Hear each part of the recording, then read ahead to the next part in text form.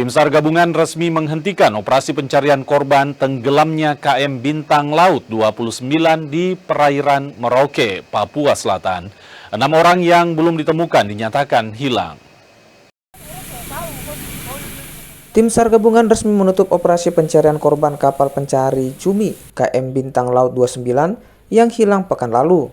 Operasi pencarian dihentikan pada 27 Januari 2026 kemarin.